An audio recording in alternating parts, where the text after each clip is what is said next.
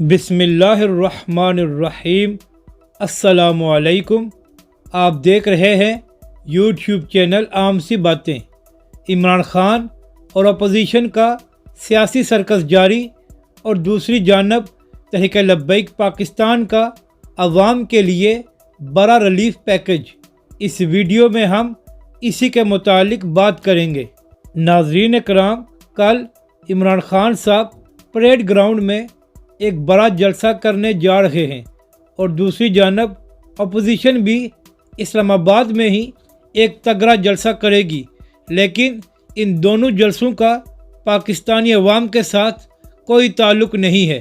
عمران خان صاحب اپنی کرسی بچانے کے لیے یہ سب کچھ کر رہے ہیں، جبکہ اپوزیشن عمران خان صاحب کی حکومت کو گرا کر خود حکومت حاصل کرنے کے لیے یہ سب کچھ کر رہی ہے، جبکہ پاکستان کی غریب عوام مہنگائی کی چکی تلے پس رہی ہے، اور عمران خان صاحب کو گزشتہ 2 ہفتوں سے عوام کی تو یاد ہی نہیں آئی۔